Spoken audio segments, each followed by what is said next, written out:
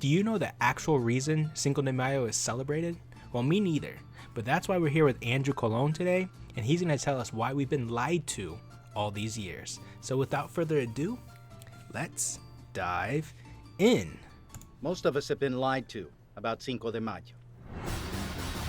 And what it really commemorates, it's not tacos, it's not margaritas. It's something so unexpected no one saw it coming. This is the story about how Mexico pulled off a shocking military upset and why that's still important today. It starts with debt, empire, and an army that was not supposed to win. But what it led to was one of the most unexpected military victories in all of Latin American history. Friend, welcome to the Mysteries of Latin America. I'm Andrew Colon, and here I tell the stories of the myths, legends, history, and unsolved mysteries happening everywhere from the northern border of Mexico to the southern tip of Argentina and all across the Caribbean islands. I think This is it's about to be important good. that we know the story of what Cinco de Mayo is about and what it's not about. Because let's be honest, a lot of people think that Cinco de Mayo is Mexican Independence Day. People with Mexican roots and people without. But what it really is a story of resistance, pride, and ripple effects that crossed borders. And that story deserves to be told the right way. So to hopefully understand let's get why, it. let's separate fact from fiction.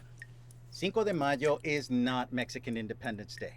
That day is September the 16th, known as El Grito de la Independencia, the cry or the shout of independence. It commemorates the moment in 1810 when Father Miguel Hidalgo y Costilla, a Catholic priest, is said to have rung the church bell in the town of Dolores in the state that now bears his name, Hidalgo, and called the people to rise up against Spanish rule. And you know you've heard it, but that rallying cry, Viva Mexico, is still reenacted every year by the President of Mexico and local officials all across the country. But there's something you might not have heard in the official ceremonies. Some modern historians have started to question parts of that story. There's little real documentation of what exactly Hidalgo said that night, or even if he actually did ring a bell or if he rang it himself. And the movement that followed was messy, fractured, and filled with regional interests and egos. Not a single unified cry for a Mexican nation, but still the symbolic weight of El Grito remains. It marks the real beginning of Mexico's fight for independence from Spain. But Cinco de Mayo? That's a very different battle in a very different decade and against a very different enemy. Oh boy. I'm over here wearing Spain right here, right? Barcelona. And we're talking about Mexico and all this. So I don't know, is there like some bad blood between the two? Because now I feel bad and whatnot. I don't really remember ever learning about like this battle and whatnot in school. I've heard of it and always celebrated it in a sense, but never known what it was about. Back in 1838, France had already used a minor incident to invade Mexico. A French baker in the town of Tacubaya, now part of Mexico City, claimed that Mexican soldiers ransacked and looted his bakery shop during a riot. He demanded compensation. Mexico said, France responded with warships and a naval blockade. It became known, half jokingly, half seriously, as La Guerra de los Pasteles, the Pastry War. By the way, if you want the full story of how a French baker helped trigger a war, click the link in the description so you can see the full episode on the Pastry War. That's a croissant. That short conflict set the tone that whenever France wanted something, it would not hesitate to bring in the big guns. So fast forward to 1861. Mexico is in financial ruin after years of conflict. President Benito Juarez announces a 2-year suspension on foreign debt payments. Britain, Spain, and France all send naval forces to demand payment. But while Spain and Britain reach an agreement and back off, France sees a bigger opportunity. Napoleon III, nephew of Napoleon Bonaparte and ruler of France, wants to expand his influence into the Americas. He sees Mexico as the perfect place to set up a puppet empire, one that would benefit French interests and challenge U.S. power in the region. And here's where it gets really convoluted. France decides to send a European royal, but not a French one, but Archduke Ferdinand Maximilian of Austria, from the powerful Habsburg family, as the new emperor of Mexico. I remember some of these names. So let me get this right. A French empire with an Austrian emperor in Latin America. The math was not mathing. But that's how determined Napoleon III was to turning Mexico into a European-style monarchy. And that's what had French troops marching into central Mexico, headed toward a city named Puebla. Oh. So it's On all May 5th, France's fault. 1862, the French army arrives at Puebla, well-trained, well-equipped, and ready to crush the resistance. Waiting for them is General Ignacio Zaragoza, with a much smaller, poorly equipped force of Mexican soldiers, volunteers, and militia. Everyone expected the French to steamroll over the Mexican forces. Instead, Mexico won. The French were forced to retreat. It was a stunning upset. Think of it like the Mexican version of 300. Outnumbered, outgunned, but standing their ground against an empire. The bad news? The victory doesn't end the war, and it didn't stop France from returning in greater numbers after it. But for that moment, Mexico stood its ground. And that one day, May 5th, Cinco de Mayo, that echo would ripple for decades and across borders. Because for millions of people in the US, Cinco de Mayo is more than just history. It's identity, it's survival, it's pride. Here in Mexico, Cinco de Mayo is mainly celebrated in the state of Puebla with military parades, battle reenactments, and civic ceremonies.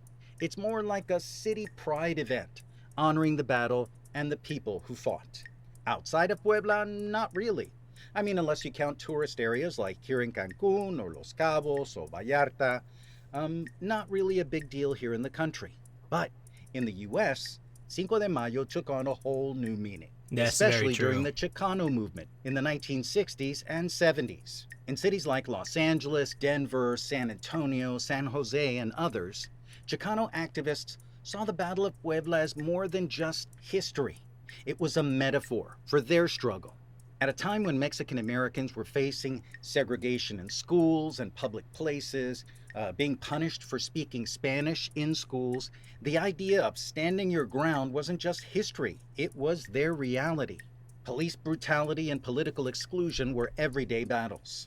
And for farm workers and families trying to survive, labor exploitation and cultural erasure made the fight more personal.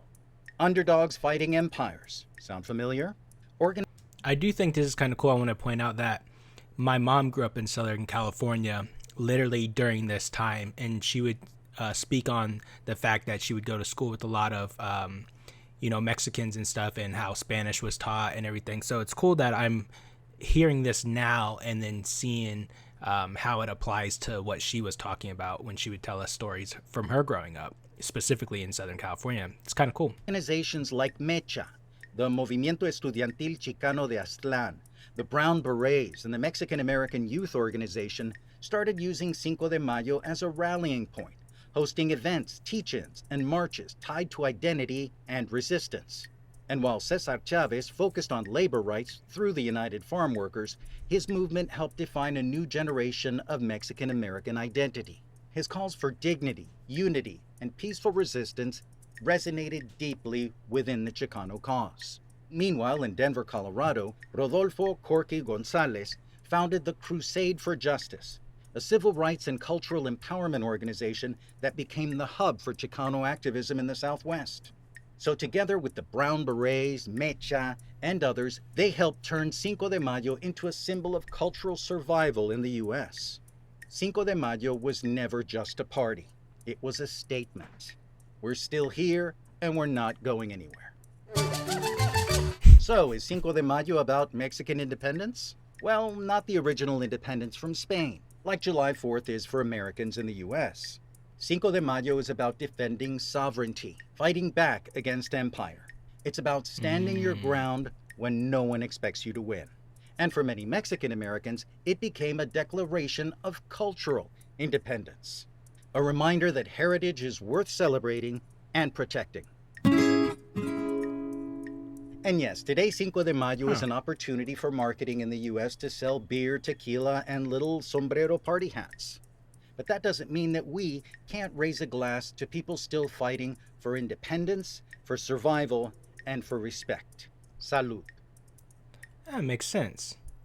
That was a nice history lesson. So I learned something today. It's not the actual Independence Day, which is actually September 16th. this day, Cinco de Mayo, is about like cultural independence for the Mexican culture, and it's about standing your ground in a sense. But really, I found out it's the French's fault because they try to come in and, in a sense, destroy Mexico. So, that made me think of my question for the day, actually. Yeah, if you don't know about that, you should check those out, my little shorts I'm making. But anyways, that's all I have for this video, guys. And I appreciate Andrew Cologne going through this and sharing this, because I never would have thought, honestly. At least I didn't remember from school. Maybe, let me know if you did.